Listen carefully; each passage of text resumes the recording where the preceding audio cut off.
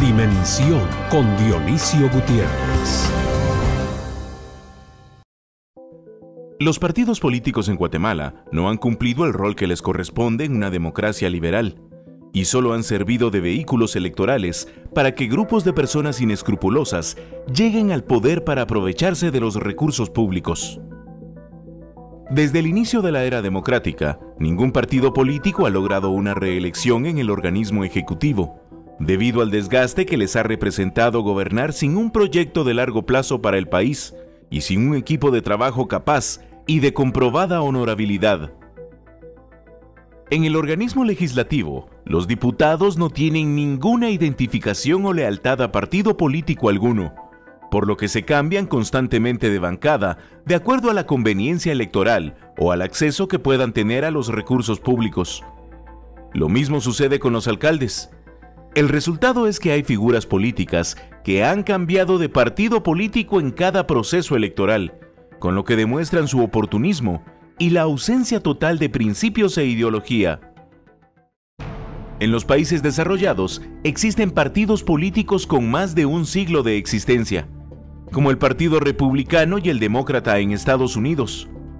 Los ciudadanos sienten una fuerte identificación con la ideología de estos partidos y los ven como representantes de sus intereses. Estos partidos tienen una fuerte democracia interna que permite una sana competencia entre sus integrantes y propicia la renovación periódica de sus liderazgos. En el caso de Guatemala, la ciudadanía no siente ninguna identificación con los partidos políticos y percibe a la política como algo inmoral y propio de personas corruptas. Esto ha provocado que la mayor parte de ciudadanos honestos y capaces decidan no involucrarse en la vida política del país, dejando la misma en manos de las personas menos idóneas y con intereses espurios. Hoy en Dimensión, analizamos cuáles son las reformas que se deben hacer a la ley electoral para lograr que se desarrollen en Guatemala partidos políticos fuertes, transparentes, democráticos, de larga duración y que atraigan la participación masiva de la población en la vida pública del país.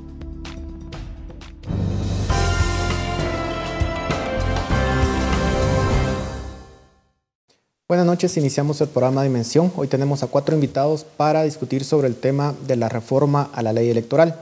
En primer lugar, el licenciado José Carlos Sanabria, analista político, el licenciado Estuardo Gamalero, magistrado suplente del Tribunal Supremo Electoral, el licenciado Luis Mac, sociólogo y politólogo, y el licenciado César Sigüenza, abogado y notario.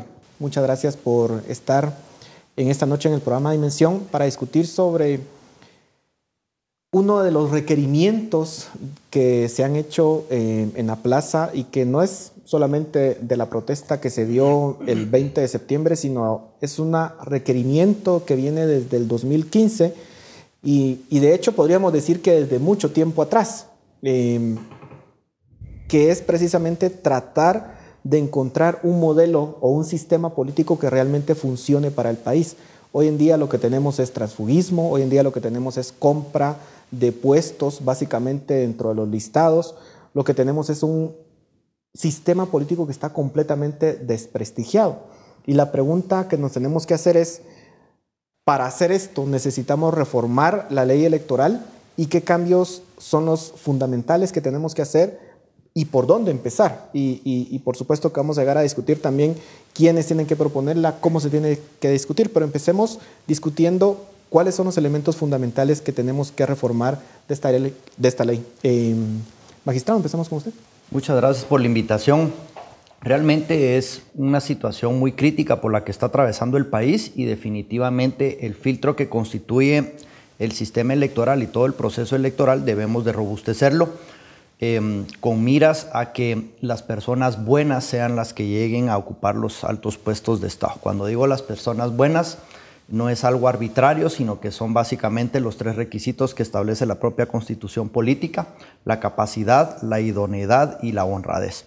Hoy por hoy, lamentablemente, tenemos un sistema político que se ha pervertido con el paso del tiempo, no necesariamente porque las leyes sean malas, sino porque el sistema se ha ido autodiseñando para atraer a personas que tienen intereses particulares en ocupar puestos de Estado y puestos de gobierno.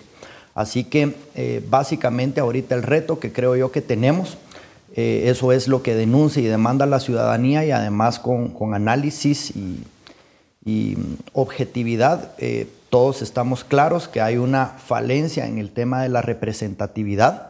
La democracia de Guatemala realmente ha demostrado que es altamente participativa. Nuestros procesos electorales usualmente participan más del 70% de los empadronados. Eso es un buen número a nivel mundial. Muchos de ellos también, hay que decirlo, acarreados, ¿verdad, magistrado? Sí, muchos de ellos tal vez tienen algún móvil o algún interés perverso que los hace llegar a emitir su sufragio, pero yo, digamos, no quisiera caer en el juicio de cuáles son las intenciones con las que las personas llegan a votar. Lo cierto es que más del 70% llegan ahí, y además valdría la pena hacer la reflexión que ya para el proceso electoral anterior el Tribunal Supremo Electoral sí estableció un límite para el cambio de residencia electoral, de domicilio electoral, 9 meses antes de las elecciones o 7 meses antes de las elecciones, cabalmente para contrarrestar el tema del acarreo. Pero bueno, fundamentalmente el tema de la representatividad se tiene que abordar. Hay varios modelos que se están analizando y estudiando para ver cuáles, si pueden conjugarse varios de ellos. También el fortalecimiento de la democracia interna dentro de los partidos políticos es sumamente importante. Y por supuesto que fortalecer la institucionalidad del Tribunal Supremo Electoral con miras a que sus magistrados y sus miembros sean totalmente autónomos e independientes de presiones políticas. Empecemos por partes. Hablar de que el sistema sea más representativo, como lo decía el magistrado, ¿qué propuestas hay respecto a este tema? Yo creo que en este sentido, buenas noches, en este sentido hay al menos 2 dimensiones que hay que cambiar. La primera es cómo se postulan a los candidatos y cómo se eligen a los candidatos. En la primera de ellas, en cómo se postulan a los candidatos, es necesario repensar un modelo distinto del sistema de partidos políticos. Un modelo que permita incrementar la participación. En este momento tenemos estructuras partidarias completamente descentralizadas, excluyentes, en donde el poder básicamente lo tiene el secretario general y algunos dirigentes nacionales, y eso básicamente no genera condiciones para que liderazgos genuinos, con arraigo territorial, con trayectoria social, política, comunitaria, puedan en este caso participar, porque si lo desean tienen que o en algunos casos comprar su candidatura o en otros comprometerse con grandes financistas o con compromisos políticos que evidentemente lesionan la legitimidad y la representatividad de los candidatos y posteriormente de los funcionarios. Entonces tenemos que básicamente generar un nuevo sistema de partidos que nos permita construir partidos desde la base, partidos representativos, partidos donde los afiliados y las asambleas importan, y aquí tal vez es el otro de los elementos, la democracia interna. En este momento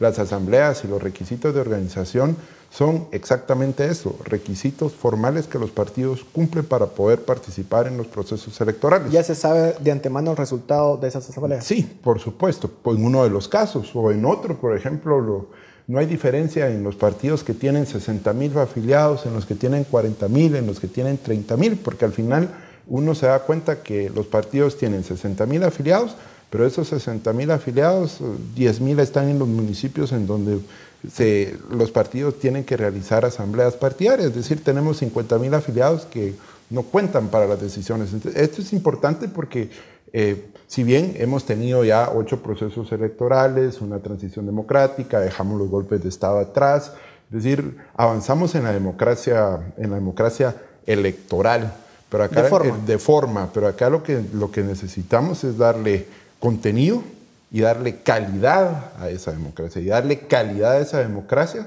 pasa por generar espacios de participación, de representación legítimos en todos los niveles y abrir las posibilidades a partidos que deseen estar formados en departamentos, municipios u otros nacionales. Es uno de los aspectos, luego hablamos de otros. Ahora, ¿cuáles son esas propuestas o esos cambios que se tienen que hacer para cambiar esta situación que mencionaba el licenciado Sanabria? Pues primero que nada, muchas gracias nuevamente por la invitación. Yo creo que efectivamente lo que ya hemos mencionado acá es que el sistema, el problema de fondo que tiene es que no tiene representatividad y por lo tanto las autoridades electas carecen de legitimidad. Digamos, diagnóstico es sumamente grave porque al final el sistema democrático lo que plantea idealmente es que los ciudadanos tengan el control de las decisiones a través de sus representantes. Y si analizamos, por ejemplo, a través de las encuestas que ha hecho el Latinobarómetro o la POP, en el que se demuestra que ni los diputados son representativos ni el Congreso tiene legitimidad, lo que tenemos como consecuencia es que el gran problema de fondo de nuestro sistema es que está separado de las personas, es decir, los que están sentados en las diputaciones y en el Ejecutivo probablemente están ahí porque el sistema mantiene a una élite partidaria que nombra un set de opciones cerradas que los electores tienen que elegir. Entonces, los cambios pasan efectivamente por cambiar eso. Haciendo hincapié de lo que decía José Carlos, yo creo que estos cambios deberían ir enfocados, por lo menos a generar opciones de que los partidos se creen más fácilmente, disminuyendo los requisitos formales. Esto es sano porque en realidad lo que queremos es que haya más partidos, no solo por haber más partidos, sino porque los partidos representen fuerzas nuevas, legítimas, que quieren competir para optar a puestos de elección popular. Entonces, el primer cambio sería reducir esas formalidades para la creación de partidos nuevos. Y la siguiente opción, que es la de cómo se eligen, pasa por cambiar el modelo de listas cerradas y pasar a un modelo en el que la gente vota por las personas y no por una serie de nombres que los partidos imponen en las papeletas. Y la otra que va de la mano con votar por personas es hacer distritos electorales mucho más pequeños. Si una persona en realidad sabe que le corresponden 3 representantes y puede identificar a sus 3 representantes, puede no solamente fiscalizar lo que está haciendo su representante, sino que a la siguiente elección puede premiar y castigar con su voto la actuación de esas personas. Estos modelos y estos cambios lo que favorecen es la representatividad, que es lo que en realidad el pueblo ya de manera clara ha pedido, tanto la gente del interior como en las áreas urbanas, tanto las élites intelectuales como las élites económicas están con la claridad suficiente de que este sistema solo se sirve a sí mismo y que prácticamente la gobernabilidad que tenemos es una gobernabilidad que sirve para los poderosos de la clase política. Hay quienes cuestionan el tema de abrir o de reducir los costos de entrada porque lo que dicen es, miren, hemos tenido más de 100 partidos posiblemente desde el 85 para acá, entonces pareciera que no es difícil armar un partido político, pero se nos terminó el tiempo. Licenciado, empezamos con usted el siguiente segmento. Continuamos con Dimensión.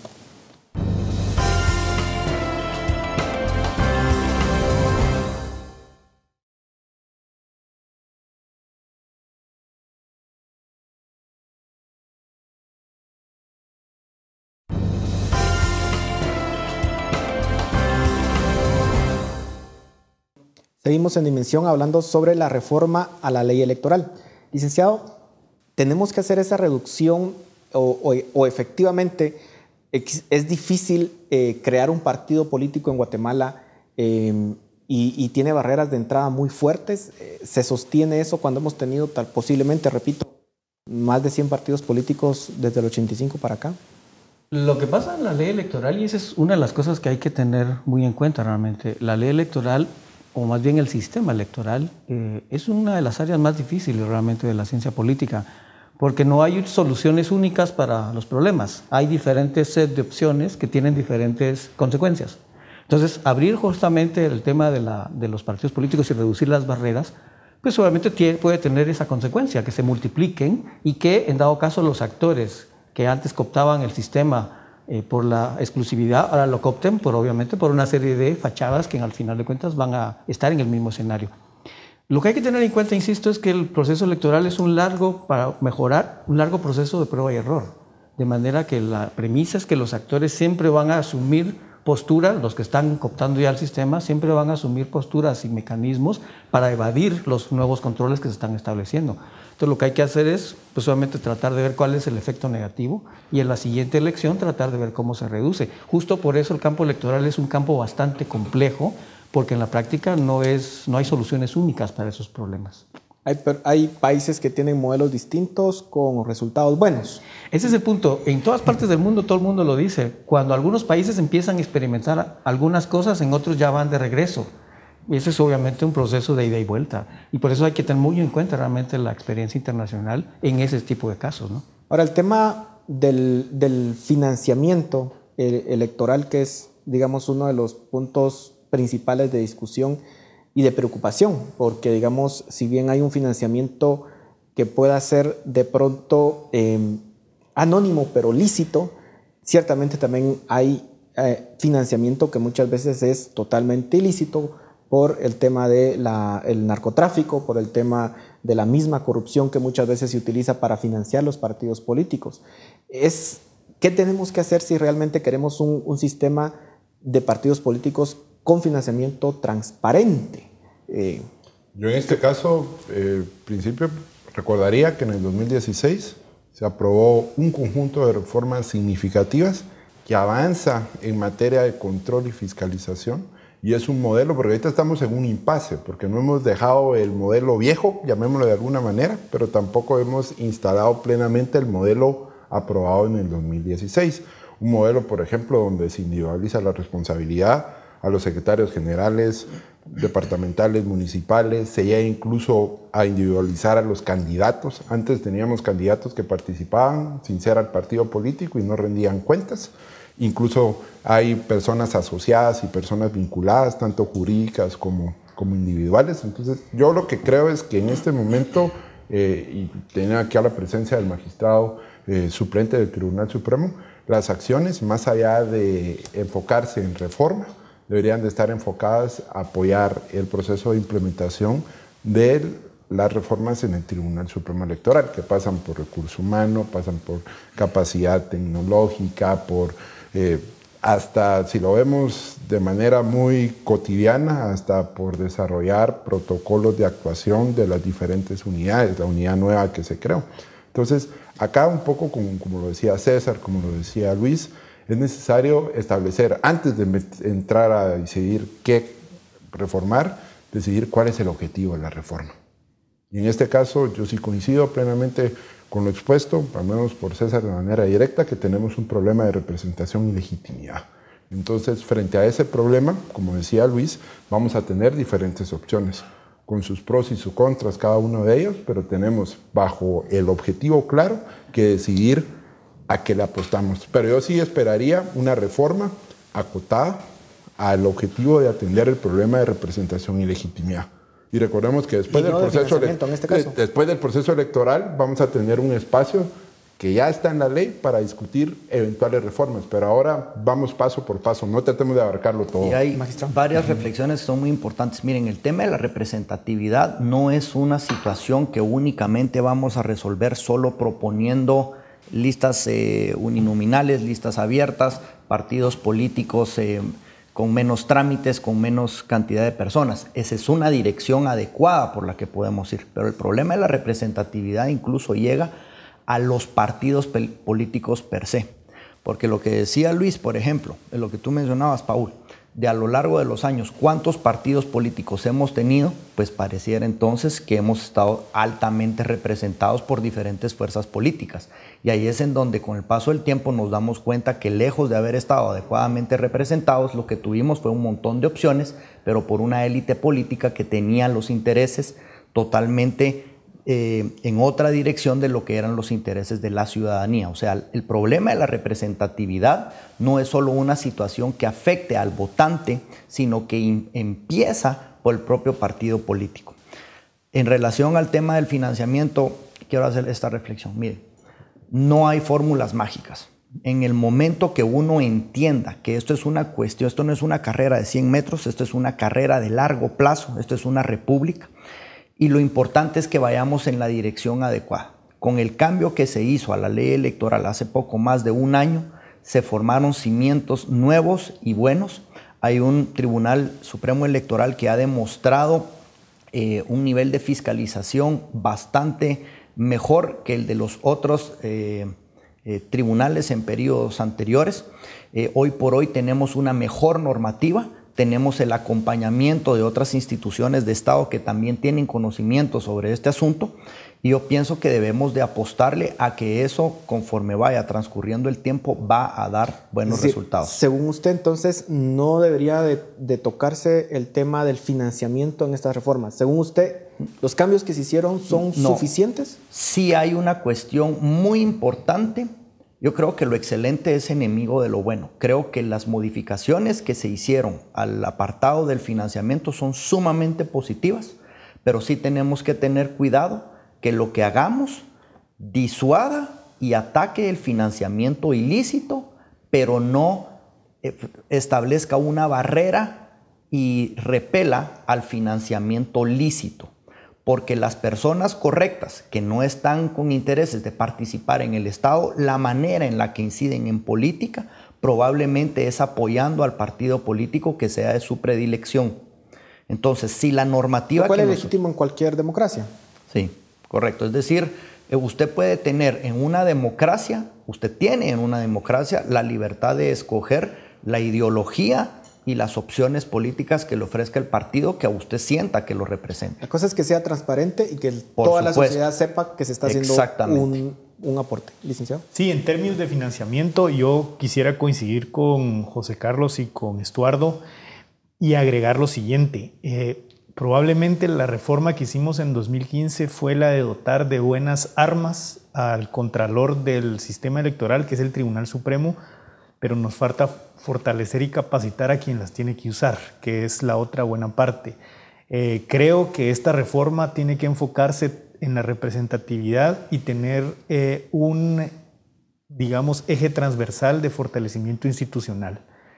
De nada nos sirve tener reglas que le den capacidades si las personas que las deben ejecutar no las pueden implementar, ya sea por incapacidad o por falta de conocimiento, o porque no tienen independencia suficiente para cumplir su rol. Pero, licenciado, el cuestionamiento a la propuesta de que hay más de 100 partidos políticos, que pareciera que sí hubo, pareciera que no es difícil crear un partido político. ¿Qué responde a eso? Yo creo que es una falacia. En realidad, el número de partidos que pudieran haber existido no tiene un reflejo con el número de corrientes de pensamiento que han estado representadas en el Congreso de la República. Es por eso que el sistema electoral juega todo en su conjunto.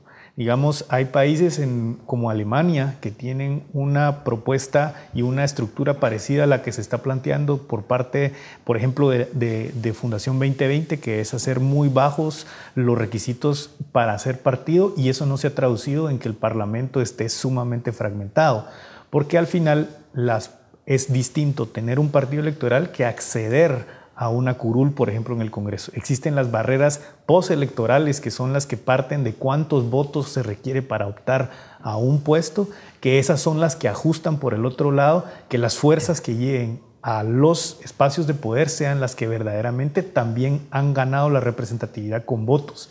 Aquí lo que nosotros estamos planteando es que ya no haya más estructuras semi-representativas porque lo dice una ley y porque lo dicen unos estatutos y porque pagan a las asambleas. Lamentablemente hay asambleas municipales que la gente asiste solo porque hay un ofrecimiento de una refacción y se les engaña diciendo que con eso tenemos un partido fuerte.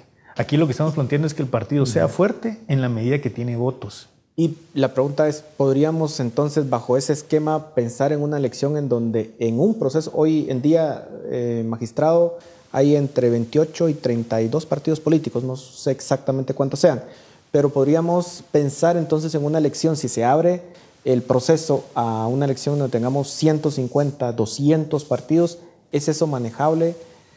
¿Cuál sería la forma de poderlo administrar? Se nos terminó el tiempo en este segmento. Sí. Continuamos en Dimensión.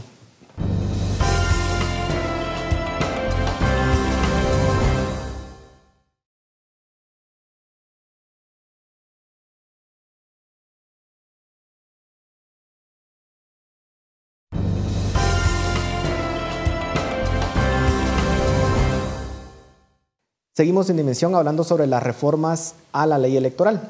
Licenciado Sanabria, usted quería... Sí, en este caso yo creo que el problema no es de cantidad, sino de calidad.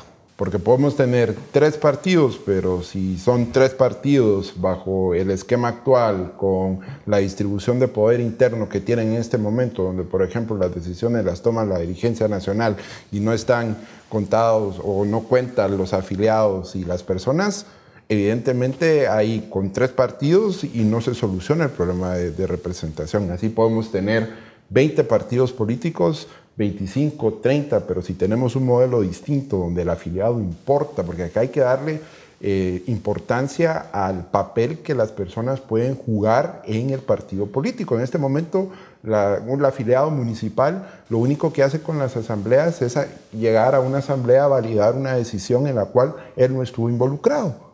Que el secretario general del partido le dijo al secretario municipal, bueno, vos sos el encargado de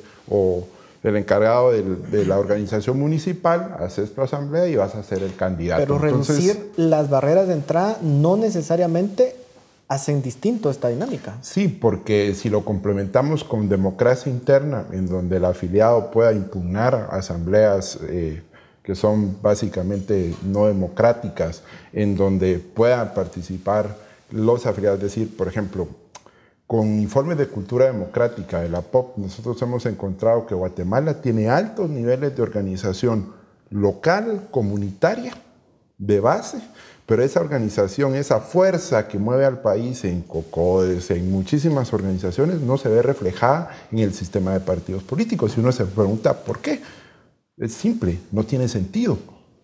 Porque participar a nivel municipal en un partido político en este momento, bajo el modelo actual, con las condiciones, sin democracia interna, sin derechos fuertes de los afiliados, no tiene ningún sentido. Si fortalecemos esto, la asociación de las personas a nivel municipal, departamental y nacional va a tener sentido. Entonces, no nos perdamos necesariamente que el problema de representación es un problema numérico de cuántos, sino es un problema de calidad, y la calidad democrática, desde mi perspectiva, la dan por un lado las condiciones para que las personas que se involucren en los partidos puedan participar de manera distinta. Pero también se puede dar el escenario en donde tengamos 150 partidos. ¿Es eso manejable, magistrado? Yo pienso que lo que usted está preguntando más bien debería de ser, y lo deberíamos de recibir como una reflexión. Es decir, si estamos creyendo que vamos a corregir el problema porque vamos a tener 100 o 150 partidos políticos, la respuesta es, en mi opinión, no.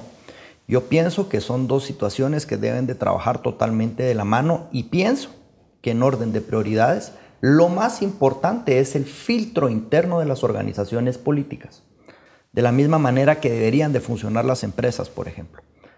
¿A qué me refiero? A que en una asamblea general de un partido político deberían de ser los mismos afiliados los que estén indignados con el actuar de sus representantes, de sus consejos y de sus comités, de los candidatos que llevaron a los puestos. Y ellos mismos deberían de ser los que fijen las normas de conducta y establecer los procedimientos de representatividad y de calidad que necesitan de las personas. El número, para efectos reales, coincido con lo que usted está mencionando o insinuando, no va a cambiar el resultado. De hecho, hay muchos países en donde funciona un bipartidismo y muy probablemente los ciudadanos estén satisfechos con el sistema que tienen. Pero esos 2 partidos políticos tienen un sistema de filtro interno que permite a sus bases de democracia interna, que les permite fortalecer la representatividad, la capacidad, la calidad y la honradez de los candidatos. Y además tenemos que pensar que todo lo que hagamos electoralmente, que es el filtro más, en mi opinión es el filtro más importante porque es el filtro de entrada. Esa es la puerta de entrada que sirve y que lleva al poder a todos los diputados, a todos los alcaldes, al presidente y al vicepresidente. O sea que los nombramientos que estos hagan con posterioridad pueden o no pueden estar corrompidos en función de si ellos son personas capaces y buenas. ¿Licenciado? Lo que hay que señalar aquí justamente en este tema es que no todo se arregla con la ley. Hay cosas, diríamos, culturales y sociales y de la misma ciudadanía que deben de, en dado caso, enfatizarse. Porque al final de cuentas de lo que estamos hablando aquí es de arraigo ciudadano. Creo que los 2 compañeros justamente que me antecedieron lo señalaron. Pueden haber reglas muy interesantes, muy buenas, pero si la gente no participa, van a llegar los mismos partidos políticos. Y el problema es que hay mucha gente que se autoexcluye. Justamente lo que decía José Carlos. A nivel local hay muchas organizaciones que tienen legitimidad, pero se autoexcluyen porque no ven a los partidos políticos como canales adecuados. Y además se les percibe como un sistema corrupto, un sistema en donde si entran es muy probable que dañen su propia imagen o es probable, digamos, que incluso terminen en la cárcel sin siquiera haber cometido un error ellos, sino pagando los platos rotos de alguien más. ¿Eso cómo se cambia? El problema, diríamos, justamente es que a nivel local, por ejemplo, los partidos, para subsanar, diríamos, la falta de estructuras partidarias y de arraigo, lo que han hecho justamente es esa lógica del gallo tapado. Buscamos cuál es el liderazgo local, nos acercamos, le ofrecemos, y el problema es que cada vez que hacen eso los partidos queman el liderazgo local. Y justamente ahí es donde está el costo. Yo tengo una trayectoria y cuando me involucro con los partidos políticos, esa trayectoria la quemo. Eso obviamente ha hecho que muchos liderazgos más bien digan, yo no me quiero meter con ese sistema que está quemando liderazgos. Pero, licenciado, digamos, lo que mencionaba el licenciado Sanabria era importante, digamos, y también el magistrado. ¿Cómo hacer para que esa persona que está en un municipio tenga el poder de influir básicamente de la base hacia arriba y no, digamos, la forma en que se ha centralizado los partidos políticos hoy en día? Por eso es que hay que enfatizar las dos cosas. Un cambio cultural, un cambio, diríamos, de cultura ciudadana, pero un cambio en la ley. Estos cambios que estamos proponiendo justamente sobre el tema de la ley electoral deben ir acompañados, diríamos, de una nueva cultura política para que los mismos ciudadanos se empoderen de las leyes y hagan, obviamente, avanzar los procesos. Sí, a mí me parece que en realidad la ley debería obedecer a la cultura y no intentar mandarla por decreto a hacer ciertas cosas. Decíamos fuera de cámaras que no podemos admitir una ley que diga todos los buenos están obligados a participar, ¿verdad? O sea, eso no tiene ningún sentido. Lo que sí tiene sentido es generar un modelo en el que los malos sí tengan un alto costo de participar y actuar en contra de los intereses legítimos de la población. Por eso es que tiene todo el sentido hablar de que si bien el sistema político es la entrada, se le han instalado otros mecanismos de control como el MP, la Contraloría, que lo que hacen es ir depurando el actuar de los funcionarios. El funcionamiento del Estado sí empieza en la ley electoral porque esa es la que nutre el cuerpo llamado Estado, pero no podemos dejar de lado que es una organización que juega con sus otros organismos. Yo sí estoy convencido que aquí está el primer paso y además yo estoy muy contento de que la gente ya esté consciente de que este es el primer escenario que tenemos que enfrentar, pero no es el único, porque al final las personas actúan con base en incentivos, sean estos positivos y negativos.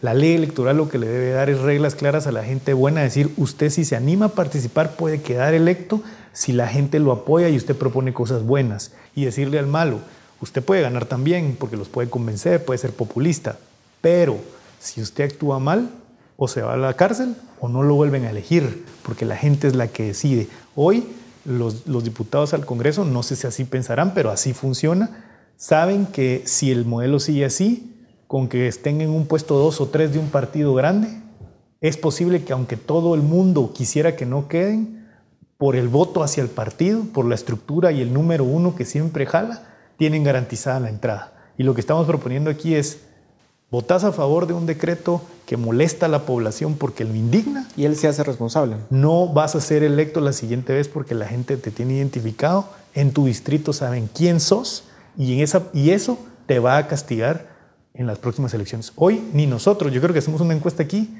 del distrito central, digamos los 19, o del distrito en que votemos, digamos los representantes. Yo conozco muy pocas personas que pueden decir todos los diputados de su distrito. ¿Cómo va a haber así cuentadancia y un filtro ciudadano en el sistema democrático? Es imposible. Ahora, el cambio de estos distritos, hacerlos más pequeños, se podría hacer sin necesariamente bajar las barreras de entrada. ¿O son dos cambios que necesariamente yo creo que son dos medidas que se complementan. Porque si transformamos el modelo de partidos políticos y aumentamos las posibilidades de participación, una participación más representativa, sin los condicionamientos que se dan en este momento, y a su vez hacemos los cambios en el diseño electoral para acercar más al ciudadano y para generar esos mecanismos de cuentadancia, de control y fiscalización desde lo político, en principio a través del voto y de otros mecanismos durante la gestión de los diputados. Yo sí creo que esos dos cambios sí apuntan o fortalecen o en este caso básicamente ayudan a cumplir el objetivo de mejorar la representación y la legitimidad. Pero insisto, las reformas a la ley, como muy bien lo han dicho acá, son necesarias, pero no son suficientes. Entonces, en este caso, pues quedará de los ciudadanos. Y hay que recordar que la democracia se construye. Y se construye así como en el video que estamos viendo acá, que los ciudadanos van el día de las elecciones y ellos, los ciudadanos, es un modelo interesante en Guatemala que tienen, creo que pocos países, en donde los ciudadanos son los que montan el proceso electoral el día de la elección, ellos cuentan, reciben los votos, pero los ciudadanos al final de cuentas no terminan desde la perspectiva del sistema electoral importando, porque tanto el sistema de partidos como otros mecanismos los terminan excluyendo. Entonces sí creo que hay que enfatizar que a 35 años de esta transición democrática sí necesitamos construir y darle calidad democrática al sistema, y eso pasa por cambios en la cultura, y la reforma es necesaria, pero no suficiente. Entonces hay que responsabilizarnos nosotros mismos. Vamos a continuar profundizando en este tema de cómo hacer distritos más pequeños, pero en el próximo segmento. Continuamos con Dimensión.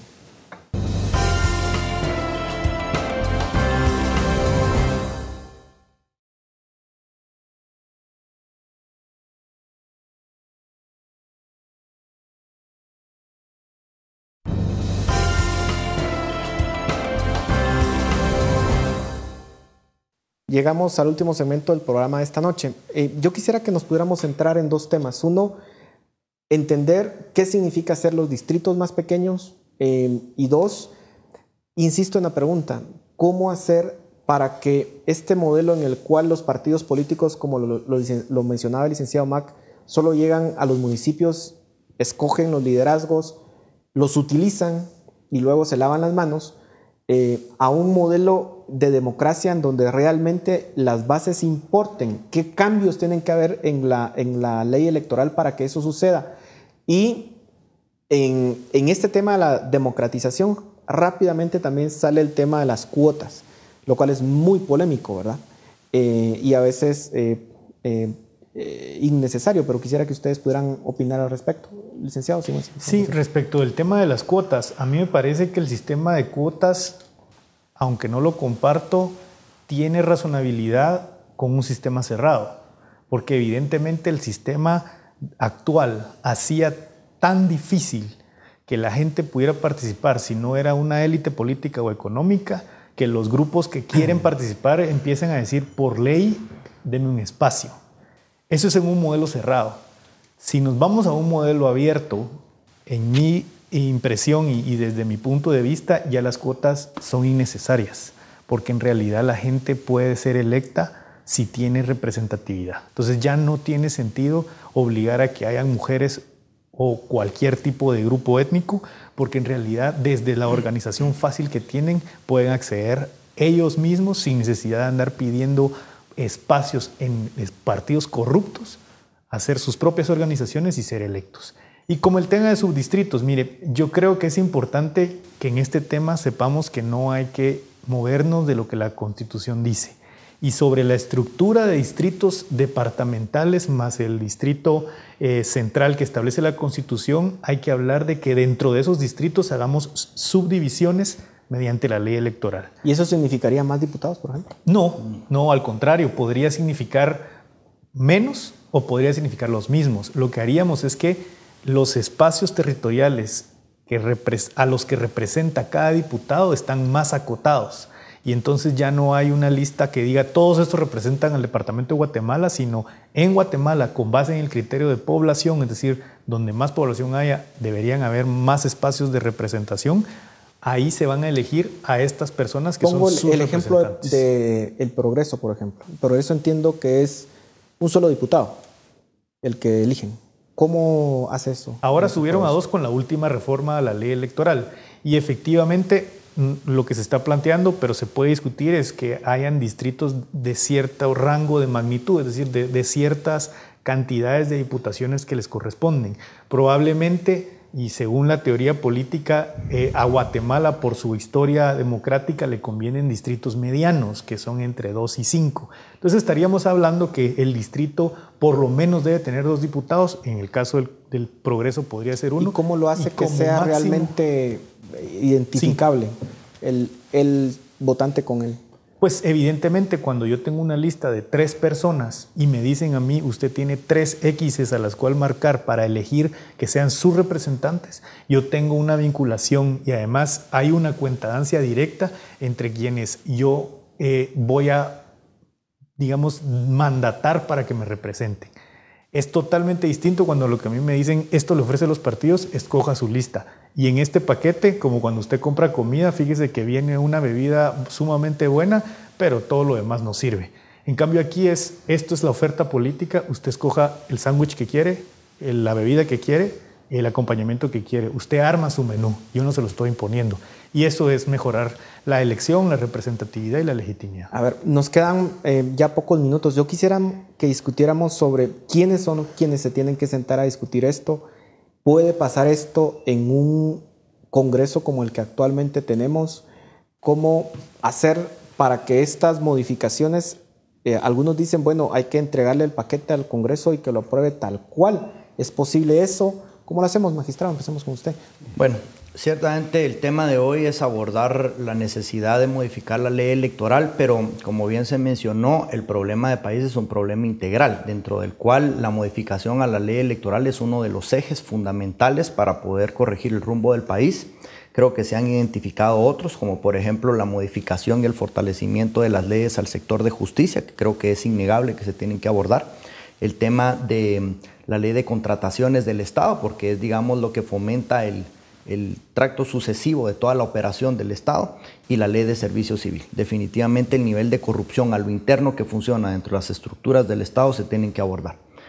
Dicho eso, lo que estamos teniendo hoy por hoy los guatemaltecos es una crisis en donde muy probablemente lo que identifica a la población es que ya no hay liderazgo, o que a quien le debería corresponder el liderazgo probablemente tiene la representatividad, pero no tiene la legitimidad. Y digamos, esto pone sobre la mesa la imperiosa necesidad de que todos aquellos que se sienten a discutir no solo tengan representatividad, sino que también tengan legitimidad y solvencia moral para poderlo hacer. ¿Debiera el Tribunal Supremo Electoral ser quien convoca y quien guía este proceso? Solo para que sepan, el Tribunal Supremo Electoral, abordando la responsabilidad de velar por el proceso, la pureza del proceso electoral y como máxima autoridad, y además teniendo iniciativa de ley, va a generar una propuesta con sus respectivas observaciones y recomendaciones. Ayer se hizo público un comunicado en donde cabalmente se mencionaba, tratándole de dar tranquilidad a la población, que no era tampoco una cuestión arbitraria que estuviera saliendo del simple capricho de los magistrados, sino que se estaban teniendo reuniones y el acompañamiento de varios grupos de tanques de pensamiento, universidades, y grupos que a lo largo del tiempo que hemos estado ahí hemos recibido apoyo académico de ellos. En el tema claramente de discusión en el Tribunal Supremo Electoral es un área, pero luego llega al Congreso.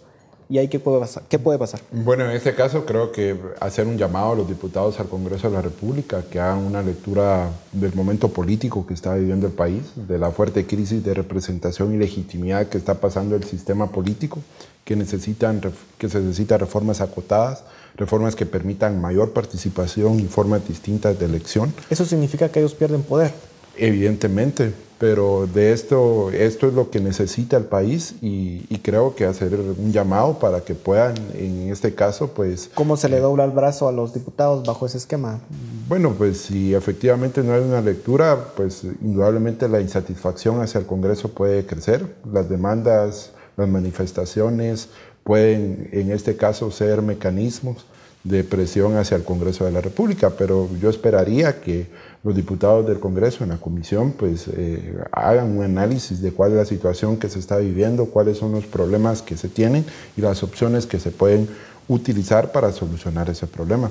Y si no, pues creo que la crisis de representación política del sistema, incluso la gobernabilidad, podemos tener incluso un proceso electoral 2019 muy cuestionado al momento en que veamos a los mismos partidos y a los mismos candidatos, y eso lo podemos evitar con este tipo de reformas.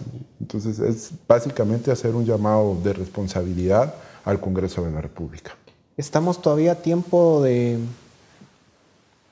tener un proceso electoral en el 2019 distinto, licenciado? Yo creo que sí, definitivamente, pero tendríamos que resolver justamente los problemas que usted ha ido señalando. Primero, Tenemos un Congreso que obviamente va a estar en contra de las reformas, porque obviamente, como usted bien dice, a los primeros que les afecta directamente es a ellos. Tenemos obviamente una plaza que debe seguir movilizándose para seguir presionando a los diputados para poder, diríamos, aprobar las reformas necesarias. Pero hay un tercer elemento que es el que todavía no tenemos. Si idealmente hubiera una sola propuesta consensuada mayoritariamente por todos los actores relevantes de la sociedad y lo presentaran como la única propuesta al Congreso de la República, eso tendría una fuerza mucho mayor. El problema es que no van a haber solo una propuesta, van a haber 2 o 3. Y entonces ahí es donde viene el Congreso y dice, bueno, llamemos a una mesa, y en la mesa pues nos ganan siempre.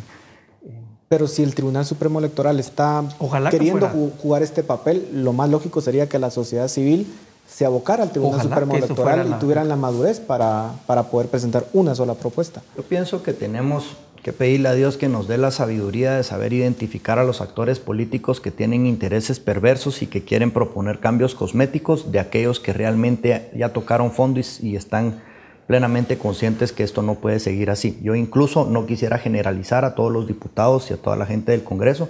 Creo que ahí hay diputados muy buenos, diputados que están conscientes que se tiene que trabajar de la mano en primer lugar. Ellos podrían ser quienes abran la puerta. Que están conscientes que la situación política y social rebalsa lo que dicen los procedimientos legales de una u otra manera y que el diálogo es un camino sumamente adecuado. El problema es quién participa en el diálogo y quién está haciendo berrinche por no participar dentro del diálogo. Pero definitivamente, si no es de esa manera, solo es por la fuerza que se pueden hacer los cambios y tampoco estamos pretendiendo ni sugiriendo que se haga o que lleguemos a una situación de un golpe de Estado o de desobediencia civil. Así que yo pienso que el Tribunal Supremo Electoral puede encabezar y liderar, digamos, en materia electoral este tema, y pienso que hay buenos tanques de pensamiento y sectores desde productivos hasta de incidencia civil sumamente objetivos y académicos también, que pueden liderar el resto de los cambios que necesita el país. Y ojalá que se tenga esa madurez. Efectivamente, como usted mencionaba, es un tema de la sociedad civil, un tema de los tanques de pensamiento, pero lo que decía el licenciado Mac también es importante, es un tema de que los diputados sientan la presión de la ciudadanía, de que están inconformes con lo que se está haciendo, y ya vimos que si no es así, pues no actúan. Esto siempre desde un marco pacífico, desde un marco institucional, pero también como ciudadanos tenemos el derecho a manifestar nuestras inconformidades. Ojalá que esto termine bien para que Guatemala realmente pueda dejar atrás esta crisis que hemos tenido y comenzar a construir un país distinto, que es lo que realmente todos queremos. Así que muchas gracias por su participación. Muchos éxitos, magistrado, en esta gran responsabilidad que tienen, y a ustedes muchas gracias por su atención. Los dejamos ahora con Dimensión Redes.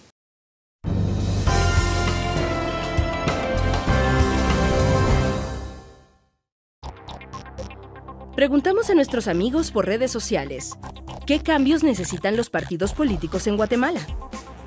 Julio Pime comentó: yo veo una Guatemala sin partidos políticos, pero con planes a largo plazo y a corto plazo, contratando empleados para administrar los recursos del país, pero personas competentes, de tal manera que si no trabajan para el logro de los planes, simplemente se les despide. María Pérez dijo: creo que se debe abrir el panorama para la participación de comités cívicos y regular el presupuesto para propaganda de tal forma que todos tengan las mismas oportunidades de publicidad. Pero aún más importante, que la elección de diputados sea por nombre. Carlos Estuardo Benavente agregó: que tengan definido y limitado un techo presupuestario.